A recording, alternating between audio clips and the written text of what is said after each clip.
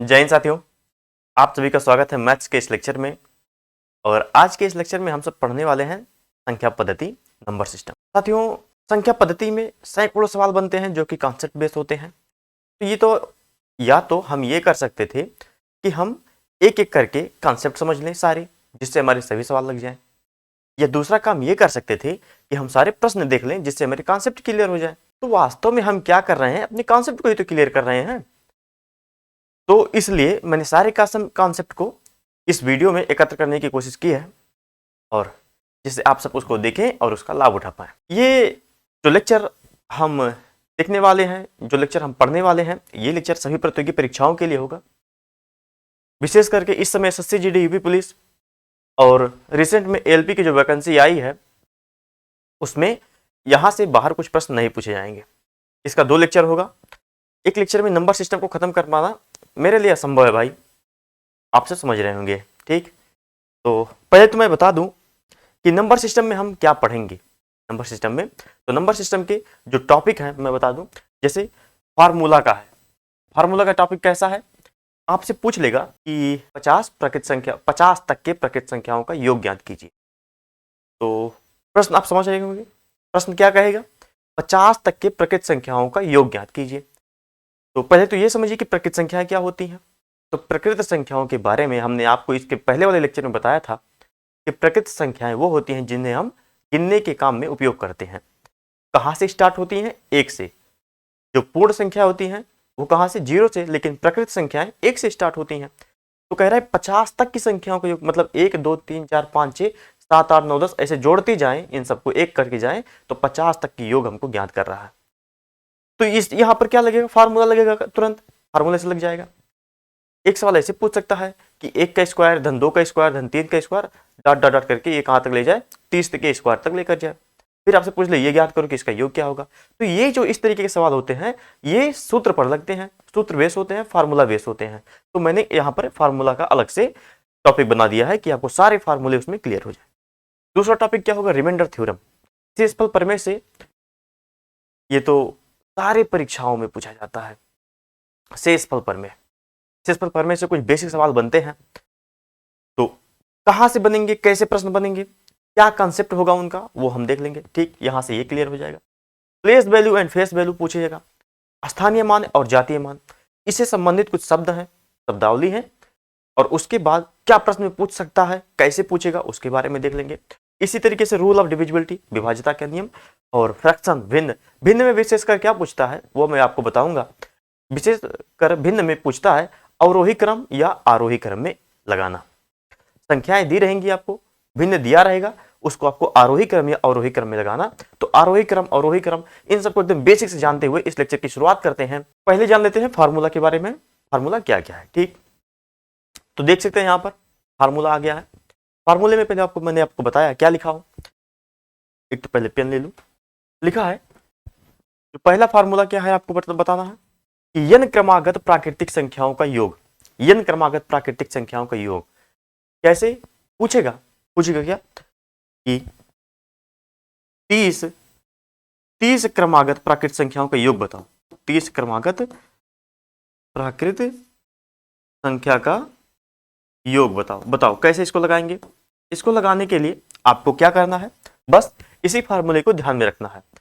साथियों, अगर आप यहाँ पर लिखिए यन को, यहाँ पर लिखिए यन को, अगर आप समझ गए तो इस लेक्चर को आप पूरा समझ जाएंगे। जो फार्मूला है उसको तो पूरा समझ जाएंगे, उसमें कोई दिक्कत नहीं होगी।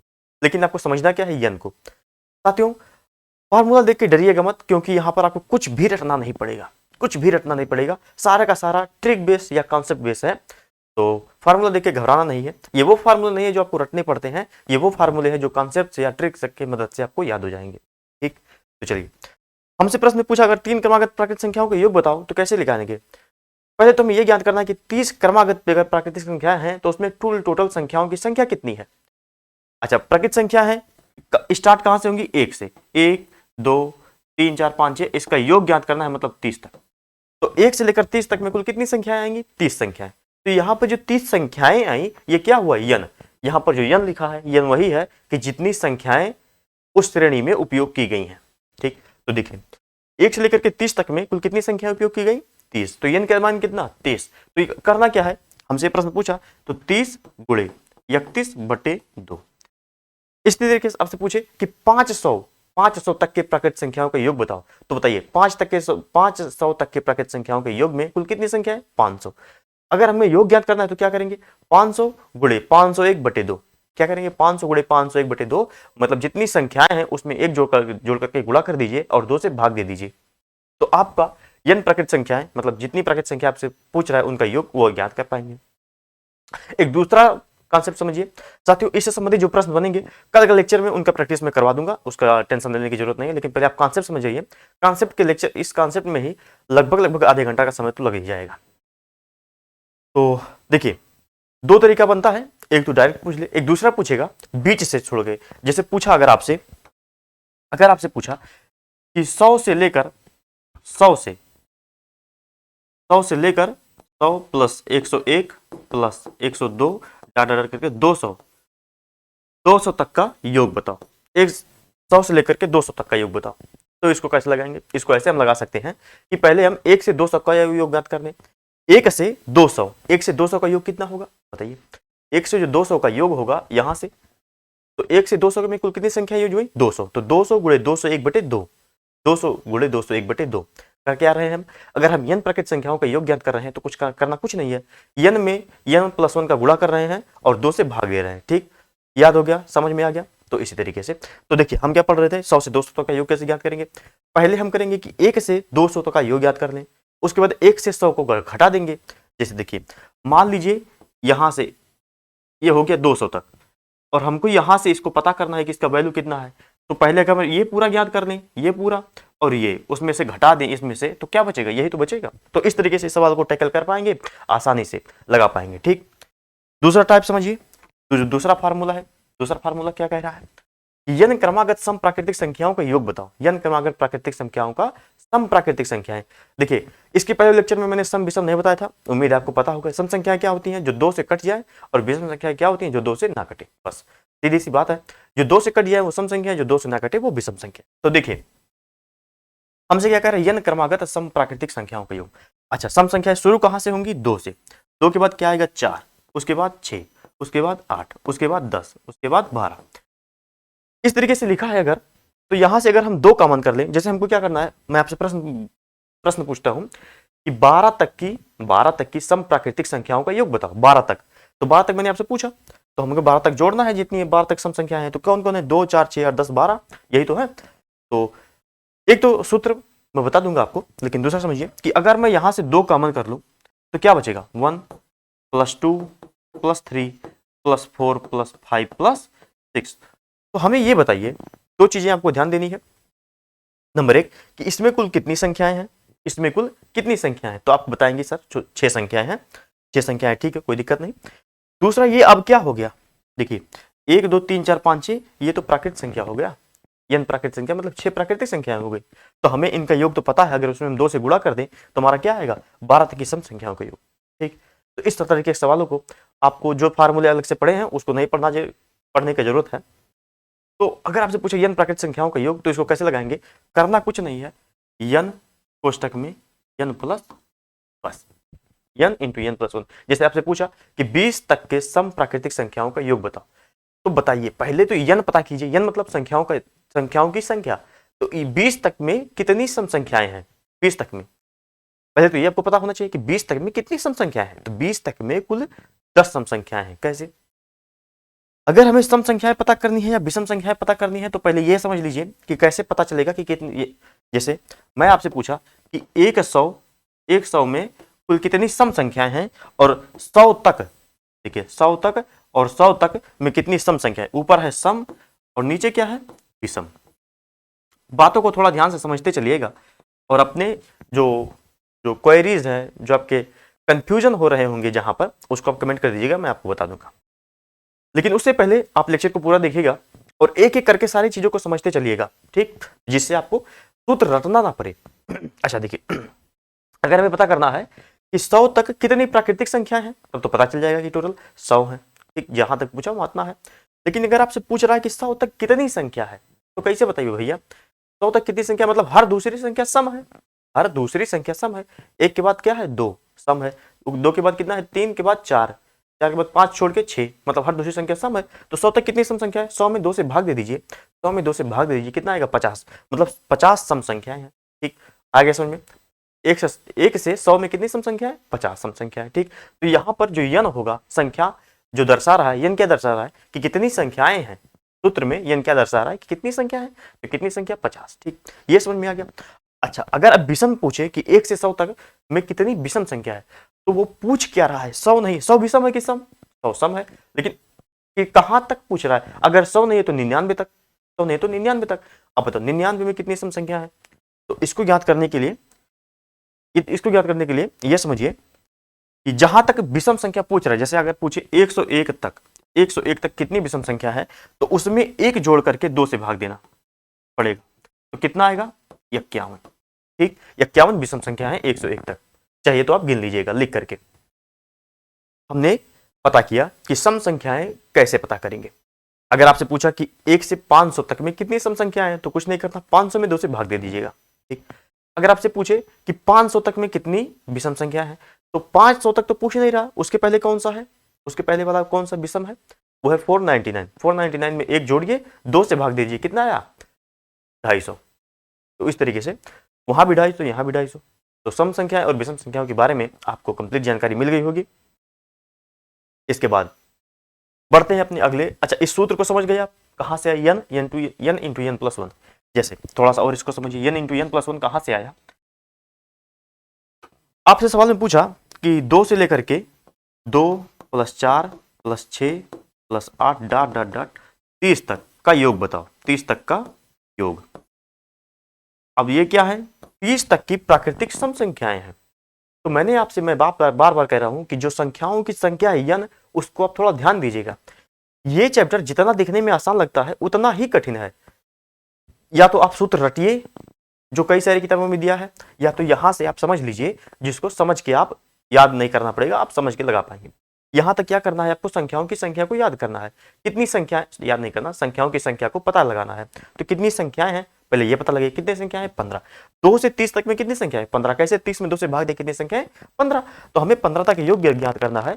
तो बताइए, अच्छा देखिए यहां से क्या कर सकते हैं हम, यहां से इन संख्याओं में अगर 2 हम कॉमन करते हैं तो क्या बचेगा, 1 + 2 + 3 + 4 डॉट 15। वैसे भी आगे 15। तो अब यहाँ मेरे तो इसको इसका योग पता है ना, ये क्या है, यन प्राकृतिक संख्या, 15 प्राकृतिक संख्या है। 15 प्राकृतिक संख्या से कैसे निकालेंगे, यन इंटू यन प्लस 1 मतलब 15 गुणे यन प्लस 1 कितना 16/2 ये है। अगर इनका हम योग कर रहे हैं तो बाद 2 से कॉमन ले, 2 से गुणा कर दिए, इससे कट गया, क्या आया यन इंटू यन प्लस 1, यही तो आया। तो वही मैंने लिखा यहाँ पर यन इंटू यन प्लस 1 आया समझ में।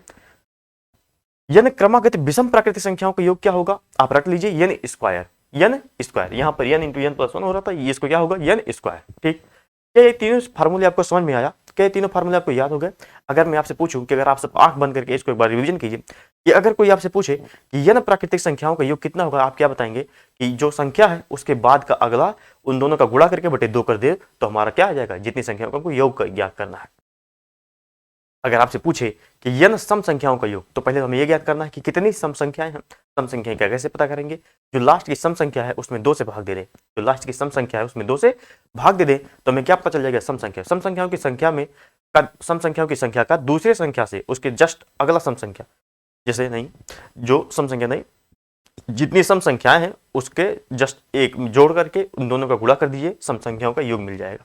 ऐसे विषम संख्या की बात करें तो जितनी विषम संख्या है, लास्ट की विषम संख्या है उसमें 1 जोड़ करके 2 से भाग दे दे, तो हमें क्या पता चल जाएगा कि कितनी विषम संख्याएं हैं इस श्रेणी में। अगर श्रेणी की विषम संख्याओं के बारे में पता चल गया कि कितनी संख्या है, तो जितने नंबर हैं श्रेणी में, जितने नंबर हैं उनका स्क्वायर कर दिए तो विषम संख्याओं का योग पता चल जाएगा। ठीक, जैसे मैं आपसे एक प्रश्न पूछ रहा हूं, आप हमें बताने के प्रयास कीजिए कि पूछा है, क्या पूछा है, 101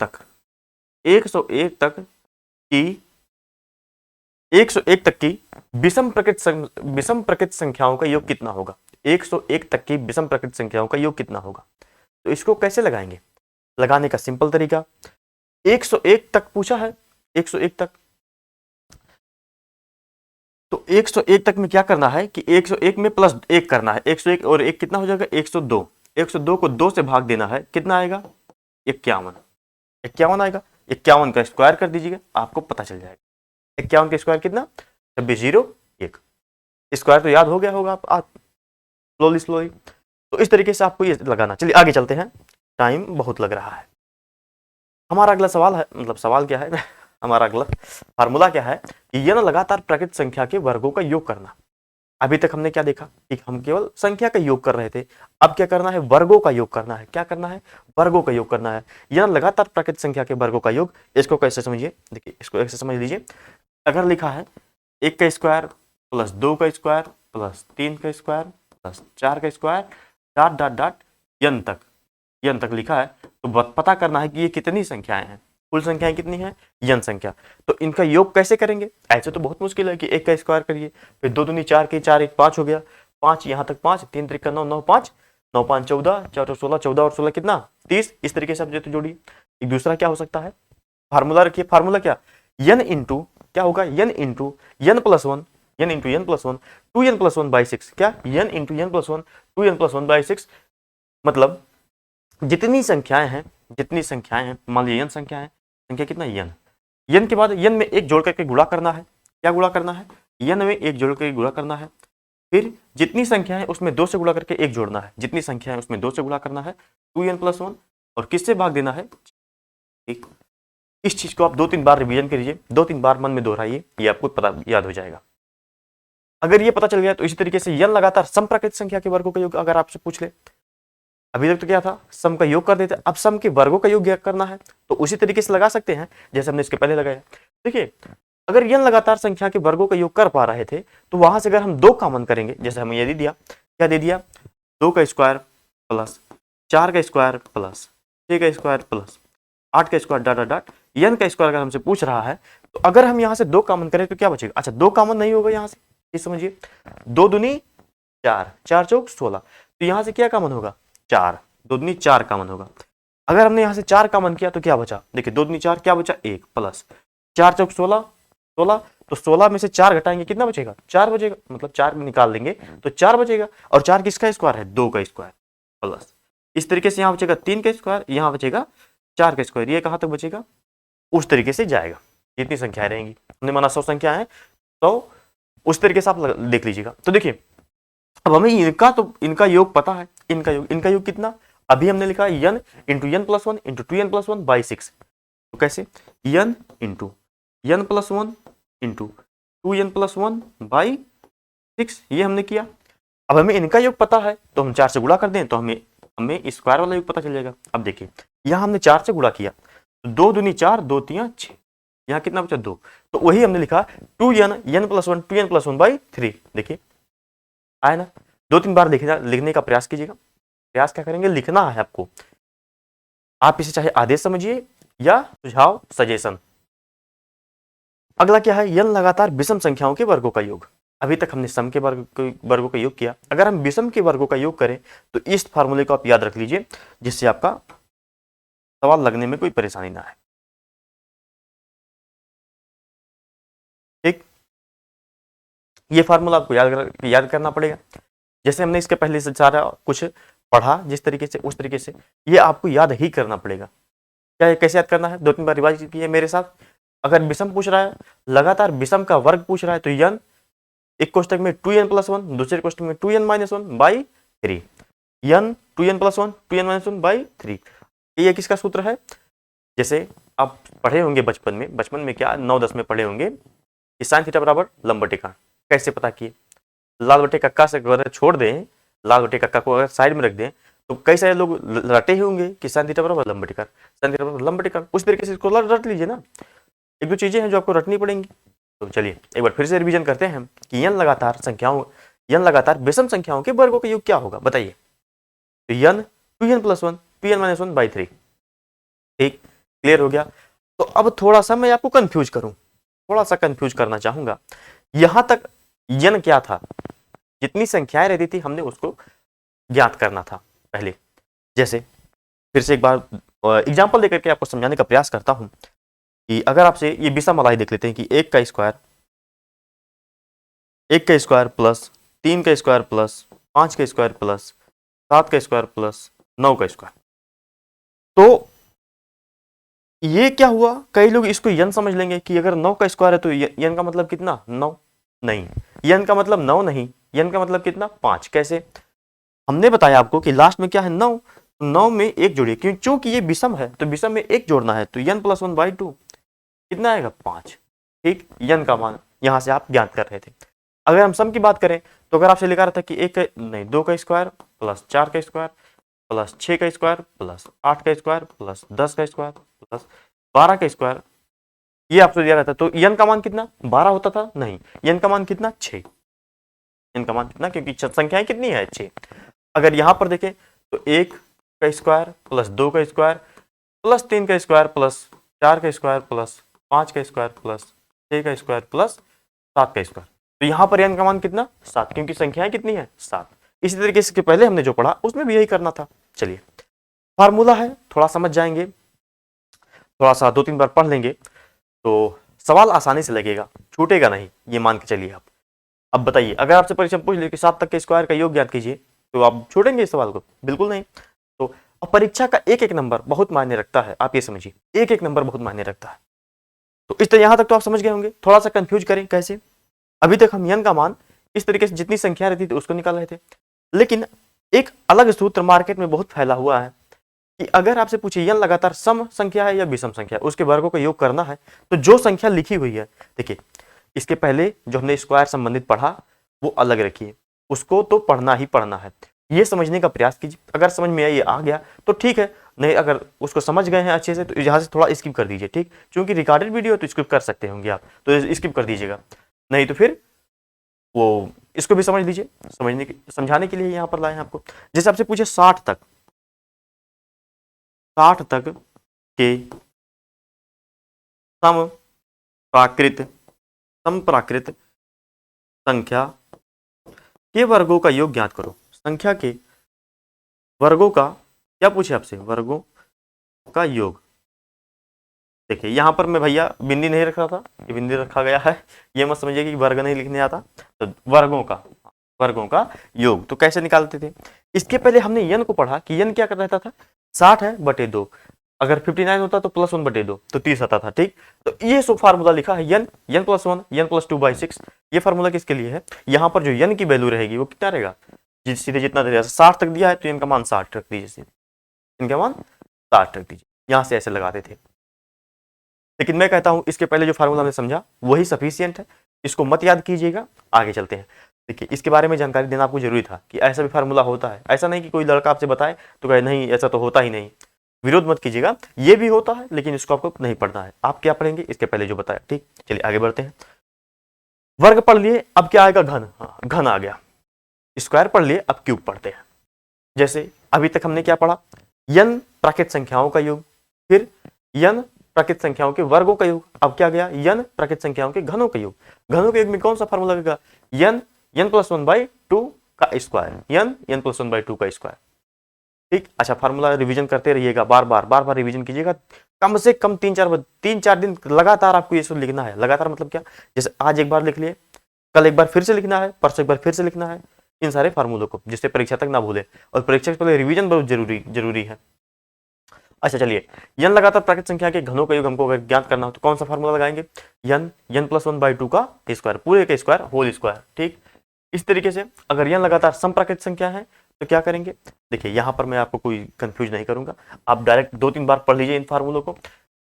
घनों का योग करने के लिए ये फार्मूला क्या, यन + 1/2 का होल स्क्वायर, किसके लिए, प्राकृत संख्याओं के लिए। अगर सम संख्या है तो 2n स्क्वायर कोष्टक में n + 1 का होल स्क्वायर, 2n स्क्वायर कोष्टक में n + 1 का होल स्क्वायर। अगर लगातार विषम प्राकृत संख्या है तो n स्क्वायर, देखिए इसके पहले जो विषम संख्या पढ़ा था उसमें भी माइनस था, यहाँ भी माइनस है, 2n स्क्वायर -1, देखिए कहाँ, यहाँ देखिए, ये देखिए 2n - 1, ठीक। तो जो विषम संख्या है उसमें एक जगह माइनस था, वर्गों में माइनस नहीं है, और यहां पर क्या है माइनस है, ठीक। तो चलिए ये चीजें आपको समझ में आ गई होंगी। घनों का नहीं है तो इसके बगैर स्क्रीनशॉट ले लीजिए, या अगर आपको पेन पेपर लेकर के बैठे हैं तो नोट डाउन कर लीजिए। अब हम समझते हैं कि अगर गुणज पूछ ले, जैसे पूछे कि ये 10 के 5 गुणज का योग बताओ, 10 के 5 गुणज। अच्छा, गुणज क्या होता है आप जान रहे होंगे, गुणज मतलब कि 10, दूसरा गुणज 20, तीसरा 30, चौथा 40, पांचवा 50। तो अगर पूछे 10 के 5 गुणज का योग बताओ, तो आपसे क्या पूछने का प्रयास कर रहा है, वो पूछना चाहता है आपसे कि 10, 20, 30, 40, 50 का योग बताओ। इसको आप कई तरीके से लगा सकते हैं।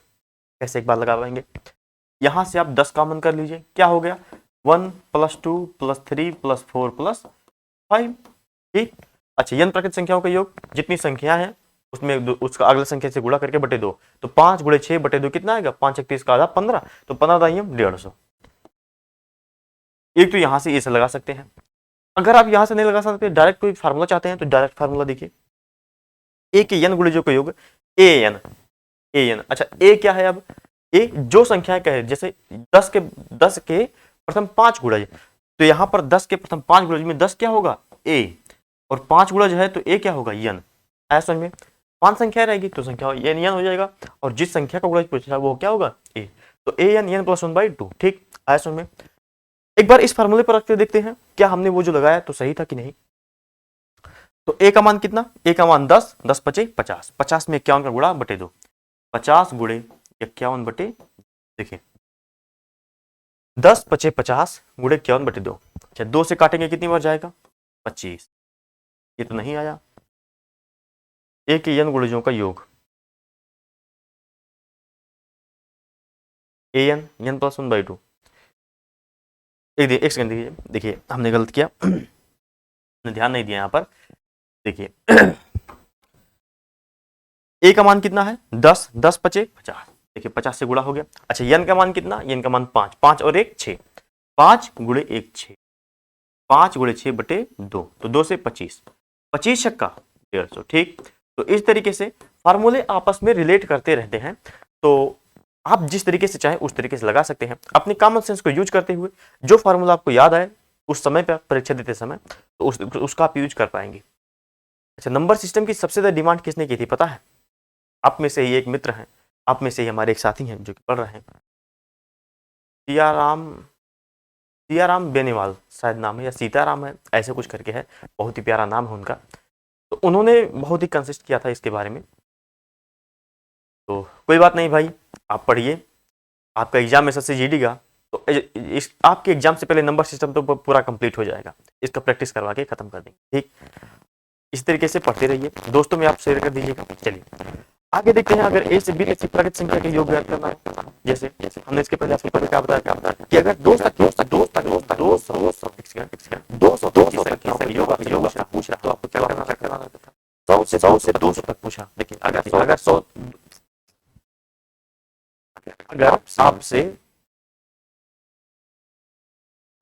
आपसे 200 तक की संख्याओं का योग आपसे पूछ रहा था, तो क्या करते थे कि 1 से 200 तक का योग ज्ञात कर लेते। कैसे, 200 × 200 1/2, ये हो गया यहाँ तक का योग। लेकिन अगर आपसे बीच से पूछा कि 100 से 200, तो मैंने आपको क्या बताया कि आप ये काम कर सकते हैं कि पहले 200 तक का योग ज्ञात कर लीजिए, उसके बाद 1 से 100 का योग ज्ञात कर लीजिए, और 200 तक में से 100 का योग घटा देंगे तो कितना बचेगा, 100 से 200 बचेगा। एक काम ये कर सकते हैं, एक काम ये कर सकते हैं कि ये फार्मूला याद कर लीजिए कि b + a b - a + 1/2, b + a b - a + 1/2। ये किसके लिए होगा, a से b तक की प्राकृत संख्या। जैसे यहाँ पर a क्या है 100 और b क्या है 200, तो देखिए b बड़ा है तो b + a, b बड़ा है तो b - a, b - मतलब 200 में से a घटाएंगे कितना बचेगा, तो देखिए b + a कितना, देखिए 100 और 200 कितना 300, 300 गुणे 200 में से a घटाएंगे तो कितना बचेगा 100 और 101 बटे, तो 150 गुणे 101 कर लेंगे, पता चल जाएगा। ठीक, तो इस तरीके से ये फार्मूले आपको रट गए होंगे। ये वो फार्मूले था, ये वो सारे फार्मूले थे जो आपको पढ़ना था नंबर सिस्टम से संबंधित, जहां से आपको डायरेक्ट प्रश्न पूछता है। अच्छा, नंबर सिस्टम और भी है, उसको हम आगे देखते हैं। क्या देखेंगे इसके आगे है शेषफल प्रमेय। शेषफल प्रमेय मैंने आपको बताया था कि इस लेक्चर में कई सारे टॉपिक क्लियर होंगे, जिसका कंसेप्ट हम क्लियर करेंगे, भले क्वेश्चन नहीं है। ठीक है, तो शेषफल प्रमेय के बस समझते हैं। बचपन में ये वाला भाग तो सबने दिया होगा, बस वहां पर ध्यान नहीं दिया कि इनका नाम क्या है। तो इनका नाम क्या है जो आगे रहता था, जिससे भाग देते हैं। जैसे मैं आपसे भाग कहूं कि 6 से भाग दूं 13 में, 6 से भाग दूं 13 में, तो 6 क्या होगा भागक। 6 से भाग दिया जा रहा है, 6 से भाग दिया जा रहा है, तो 6 क्या होगा भाजक। 13 क्या है भाजक, नहीं 13 क्या है भाज्य, 13 क्या है भाज्य। भाजक भाज्य भागफल शेष, भाजक भाज्य भागफल शेष, ऐसे रटिए सीरियल से 2-3 बार पढ़िए। भाजक भाज्य भागफल शेषफल, भाजक भाज्य भागफल शेष, शेषफल लिखा रहता है लेकिन शेष पढ़िए। भाजक भाज्य भागफल शेष, भाजक भाज्य भागफल शेष। जिससे भाग दिया जा रहा है वो क्या है, कर्ता, तो उसमें क्या का आएगा, ठीक, उसमें क्या आएगा का। जिसमें दिया जा रहा है उसको क्या रहेगा, या भाज्य, और जो आया वो भागफल, मतलब जो रिजल्ट है वो भागफल, और जो बचा वो क्या होगा, शेषफल। भाग का, भाग को देते समय बचपन में ही आपने ये चीज तो समझ गया होगा कि भाग का उत्तर की जांच कैसे करते हैं। अगर कोई हमने भाग दिया तो उत्तर की जांच करना सिखाया होगा, अगर नहीं सिखाया तो कोई बात नहीं, सीखिए। भाग का उत्तर की जांच इस तरीके से करते हैं कि अगर हम भाजक का गुणा भागफल में कर दें, अगर हम भाजक का गुणा भागफल में कर दें और उसमें जो शेषफल है उसको जोड़ दें, तो अगर हमारा हमारा जो आ रहा है, जो हमारी संख्या बन रही है, अगर वो भाज्य के बराबर है तो इसका मतलब आपका उत्तर सही है। हमने भाग दिया 6 से 13 में, 6 से 13 में भाग दिया तो कितनी में गया, 6 दूनी 12, तो शेषफल कितना बचा, 1, ठीक। उत्तर की जांच करते हैं एक बार, तो जिससे भाग दिया मतलब भाजक, तो भाजक गुणे भागफल, क्या, भाजक गुणे भागफल प्लस शेषफल, तो 6 दूनी 12 और 1 कितना, 13, ये किसके बराबर है, इसके बराबर है। तो इस तरीके से इसकी क्या हुई, उत्तर की जांच। तो चलिए, अगर उत्तर की जांच समझ गए तो इसी कंसेप्ट बेस्ड प्रश्न, इसी कंसेप्ट पर बेस्ड प्रश्न कैसे बनेंगे उसको देख लीजिए। प्रश्न कैसे बनेंगे, प्रश्न ऐसे रहेगा, प्रश्न बताएं, किस संख्या में, प्रश्न क्या ऐसे पूछेगा कि किस संख्या में 5 से गुणा करने पर, नहीं, किस संख्या में 5 से भाग देने पर, किस संख्या में 5 से भाग देने पर भागफल 13 और शेषफल 2 बचेगा। प्रश्न कैसे पूछा, किस संख्या में 5 से भाग देने पर भागफल 13 और शेषफल 1 बचेगा, बताओ कैसे बचेगा, आप याद कर पाएंगे। तो ऐसे ही सारे प्रश्न बनते हैं, अगर आपने ये समझ गया तो उसको आप आराम से लगा पाएंगे। अगर नहीं लगा पा रहे हैं, पहले तो आप कोई पेपर उठाइए तो उसको सॉल्व करने का प्रयास कीजिए, ना बने तो फिर बताइएगा। टेलीग्राम चैनल ज्वाइन कर लीजिएगा, डिस्क्रिप्शन में उसका लिंक दे दिया है। अब जो हमारे जितने भी नए कंटेंट आ रहे हैं, नए लेक्चर आ रहे हैं, उन सब के डिस्क्रिप्शन में हमने टेलीग्राम का लिंक ऐड कर दिया है, वहां से आप उसको पा सकते हैं, ऐड कर सकते हैं और अपने प्रश्न पूछ सकते हैं, ठीक है। तो भाजक भाज्य भागफल शेष आपको समझ में आ गया, यही है पूरा रिमाइंडर थ्योरम, इसमें एक्स्ट्रा कुछ नहीं पढ़ना है। अच्छा, रिमाइंडर थ्योरम को हम पढ़ेंगे, जो प्रश्न पूछा गया है इसके पहले। जीडी 2022 का पेपर पूरा देखा, रिमाइंडर थ्योरम से एक भी प्रश्न नहीं था। तो सियाराम भैया, अगर जीडी का प्रश्न, जीडी पेपर दे रहे हैं तो इसको एक बार पढ़ लीजिएगा, बहुत ज्यादा इस पर दबाव देने का, बहुत ज्यादा इसको जोर देने की जरूरत नहीं है। हाँ, नंबर सिस्टम से 2 प्रश्न पूछा गया था भिन्न से, नंबर सिस्टम में 2 प्रश्न, नंबर सिस्टम से 2 प्रश्न पूछा गया था भिन्न से, क्या था, आरोही और रोही क्रम वाला था, और एक दशमलव से दशमलव हम कर ले पढ़ लेंगे। अच्छा चलिए, रिमाइंडर थ्योरम समझ में आ गया होगा, आगे बढ़ते हैं। आगे का लेक्चर हमारा क्या होगा, वो होगा विभाजकता का नियम, डिविजिबिलिटी रूल। डिविजिबिलिटी रूल क्या होगा इसको समझते हैं एक एक करके। डिविजिबिलिटी रूल क्या होता है, जैसे कोई संख्या दी गई है उसमें हम भाग दें तो क्या होगा उसको समझते हैं। देखिए, अगर हम किसी संख्या में 2 से भाग दे रहे हैं तो 2 के संबंध में, 2 के सापेक्ष में हमारा विभाजकता का नियम क्या कहता है, 2 के सापेक्ष में कहता है कि लास्ट का डिजिट, लास्ट का क्या डिजिट, मतलब लास्ट का अंक 2 से कटना चाहिए, लास्ट का अंक 2 से कटना चाहिए, जिसका मतलब लास्ट का डिजिट सम होना चाहिए। अगर लास्ट का डिजिट सम है तो संख्या कंफर्म है कि वो 2 से कट जाएगी। अच्छा, अगर लास्ट का अंक 0 है तो क्या होगा, तब तो कटे ही जाएगी, ठीक। 2 भी क्या, 0 भी क्या किस में आता है, सम में ही आता है। तो अगर लास्ट का डिजिट 0 है तो क्या होगा, 0 है या 2 का कोई गुणनफल है या सम संख्या है, इस तरीके से आप रिलेट कर सकते हैं कि अगर इस तरीके से तो विभाजकता के नियम के अनुसार वो संख्या 2 से डिविजिबल होगी। जैसे मैंने आपसे पूछा कि 8 7 6 9 5 3 2 6, बताओ इतनी बड़ी संख्या है, क्या 2 से कटेगी कि नहीं। तो आपको करना क्या है, आपको बस यही ध्यान देना है कि यूनिट डिजिट, इकाई का अंक अगर 2 से कट रहा है तो इसका मतलब पूरी संख्या 2 से कट जाएगी। अगर इसी तरीके से मैं एक छोटा सा और उदाहरण दूं कि आप ये बताइए 7 4 3 2 1, ये संख्या 2 से कटेगी कि नहीं, तो आप कहेंगे बिल्कुल नहीं कटेंगी, क्योंकि ना तो यहाँ पर 0 है ना ही कोई सम संख्या है, तो इस तरीके से नहीं कटेगा, ये 2 से भाग नहीं होगा, ठीक। तो 2 का डिविजिबिलिटी रूल ये था। अच्छा, 2 के ही डिविजिबिलिटी रूल पर और भी रूल काम करते हैं, जैसे क्या, 4 का मतलब क्या, 4 का डिविजिबिलिटी रूल, लास्ट के 2 डिजिट, लास्ट के 2 डिजिट, 2 डिजिट, लास्ट का 2 डिजिट यहां पर क्या होना चाहिए, 4 से भाग होना चाहिए, लास्ट का 2 डिजिट 4 से भाग होना चाहिए। जैसे मैं लिखता हूँ कि 4 8 3 2 5 4 4, ये बताओ 4 से भाग होगा कि नहीं? तो आप कहेंगे बिल्कुल भाग होगा, क्योंकि लास्ट का 2 डिजिट 4 से भाग हो रहा है। अगर इस तरीके से मैं 8 की बात करूं तो यहां पर क्या आ जाएगा? लास्ट का 3 डिजिट, लास्ट का 3, लास्ट 3 डिजिट। ठीक, आया समझ में? देखिए अब इसको रिलेट कैसे करेंगे? देखिए 2 को क्या लिख सकते हैं? 2 को 2 की घाते 1, 4 को क्या लिख सकते हैं? 2 के घाते 2, 8 को क्या लिख सकते हैं? 2 के घाते।